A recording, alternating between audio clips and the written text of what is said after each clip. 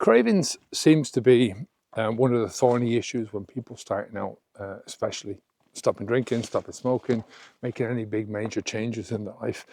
But as you'll see from this video, I think people often get the term cravings wrong, or they're thinking about something different than what is actually happening. So this one is from, I can't pronounce the name, so we're going to call him Joe Blogs, as normal. This may issue with cravings. I'm fine without thinking about alcohol each day until about 3:30, about an hour before I get off work. And then I stop at the liquor store and on the way home from work, get 4 to 6 beers. If I can get past the cravings, I can beat this habit. I'm taking it that when you say you're going past the liquor store at 4:30 to grab a few beers, that this is a regular occurrence. And then you're not talking about cravings, you're talking about anticipation. I think a lot of the time people talk about their dopamine levels, as in the alcohol or drinking the alcohol creates a dopamine buzz. And it's not the fact. I mean, the fact is that it's the anticipation that creates the dopamine buzz. And the more that you drink, the less buzz you get from the actual alcohol, and the more you get from the anticipation. And that applies to any drug. When cravings come into this is when you deliberately delay the time that you're going to drink. So you say to yourself, well, I'm not going to drink today. Moderation, for instance, that's a delay. You say, I'm not drinking today, I'm not drinking tomorrow. And you can start to get and feel cravings then. Or it's when you deliberately say to yourself, there is going to be no more alcohol. And then the cravings will probably come in a lot worse, or they have the possibility of coming in a lot worse. So we have a lot to go on here. You've got the time when you start to think about the alcohol, the trigger time. That's about 3:30 in the afternoon. You've got the time that you arrive at the liquor store. You've got the workplace that you're thinking about alcohol, that the trigger fires off at 3:30. Then you've got your car drive where you're probably anticipating having a drink towards the liquor store. And then you've got the liquor store itself, and then you're going, obviously get into your car then and driving wherever. I think you're probably going home, right? So this is an example of a micro routine, or just a routine. And most habits are a collection of mini habits, routines, sequences, just ways of doing things within a certain, within that framework of an overall alcohol habit. Like, you've got different ways of drinking at different times with different people at different places. And once you can isolate these things, you know, for instance, that you start thinking about the alcohol at 3:30, you leave work at 4:30 or whatever time it is, and you go to the liquor store, you go home, you crack your first beer. These are all triggers. These are all things that are helping to think about it like Pavlov's dog. You know, when he trained the dog, when the dog was after the food, he started salivating, and then eventually he was able to get the dog to salivate at the sound of the bell. So he'd ring the bell beforehand. The dog knew that the food was coming, and he'd get the food, and eventually the dog would salivate even without the food. So that's what's happening here. It's kind of the same thing. It's that the dopamine firing off, you get in the anticipation of the alcohol, and then we can work on that, right? That's the whole point of this. So these micro habits are on the lines of, I'm in a certain place at a certain time, this trigger fires off, then this happens, and that happens, and then this happens, and then I'm drinking my beer. So at 3:30, the trigger fires off.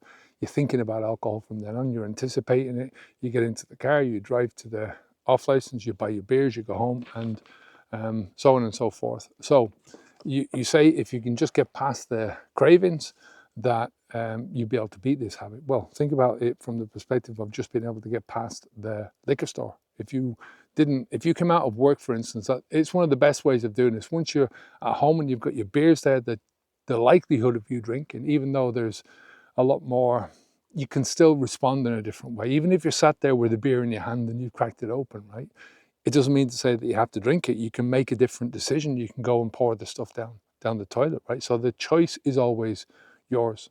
You know, the draw on it, the urge to do it when you're sat there and you can smell it and all that kind of stuff, that's going to be a lot stronger, right? So if we reverse it back up, like I said, you don't pass the liquor store. You go, when you come out of work at 4:30, instead of going left to the liquor store, you drive right and you go somewhere else.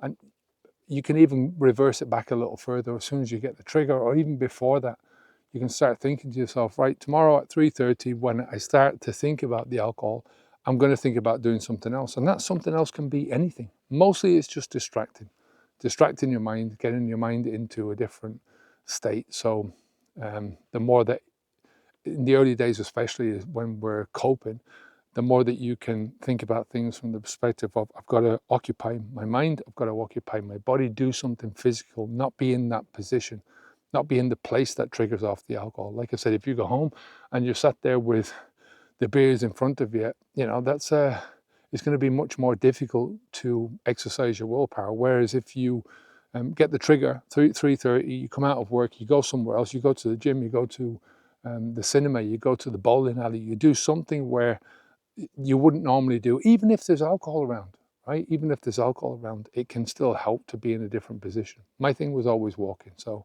as soon as I got the trigger, as soon as there was trigger time, I'd go off and I'd do a long walk. I'd start thinking about, at first I was just going through audiobooks, or just allowing the process of thinking to take place. And then eventually I started to go out with deliberate problems in my mind and think about those problems. And then once I had that solved, or I was at an impasse with that, I'd try and solve another problem. So you get what I mean? It's all about trying to not be in the same place, deliberately try and engineer a different pathway for yourself, right? It's all a choice. Every time you choose to go out of work, turn left, go to the liquor store, buy your beers, that is a vote in confidence of the, it's a vote in favor of the alcohol habit, and not in favor of not doing it. So every time you don't do it, you do something else, it's a vote in favor of that. It doesn't mean to say that you have to go to the cinema every night or do the same thing every night. You can break it up and do different things, but it's just to get yourself into the position where you're not fulfilling that habit. The fuel of the habit is the alcohol. The fuel of the habit is also going to the liquor store. The fuel of the habit is allowing that anticipation to flow, right? And that you're going to do it. It's hard in the beginning. You're going to go through some shit times.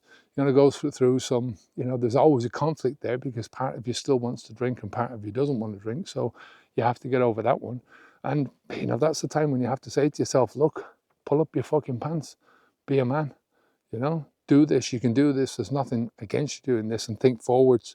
Try and think as much forwards as you can, you know, into the things that I want to do once I stop drinking alcohol. And then you get into a stage where you're thinking about, right, alcohol is holding me back from this, it's holding me back from that. All the time that I'm wasting, the energy that I'm wasting on this stuff could be put into other things that are much more productive, that will make me feel happier in myself. And once you get onto that level, then you'll find it's plain sailing. And then you say to yourself, what the fuck was I doing? It's the biggest emotion that I find with people who have done 6 months or a year. They realize then what their trap was, that the alcohol was trapping them there, the cravings were trapping them there, the triggers, all of that kind of stuff was trapping them in that cycle at the beginning. And the biggest emotion that they have then is regret that they didn't do it sooner. Not regret for all the drink that they've consumed, because you can't change that, but regret that they didn't figure this out sooner, right? That they didn't sit down and think, what the fuck? So there you go. I hope that helps you. If you want any help from us, habitsv2.com. We've got all the information over there about the programs that we run, and the one-on-one coaching that we have. Can help you through all these stages, the early stages of coping and acclimatization, and then getting into the meat of this, which is building a strong foundation of habits. You know, once you get to 3, 4, 5 months into the journey, so that you can go on and just achieve the things that you want to do. The best version of yourself, right? Take care of yourself, and I'll speak to you in the next video. Onwards and upwards, eh? Bye now.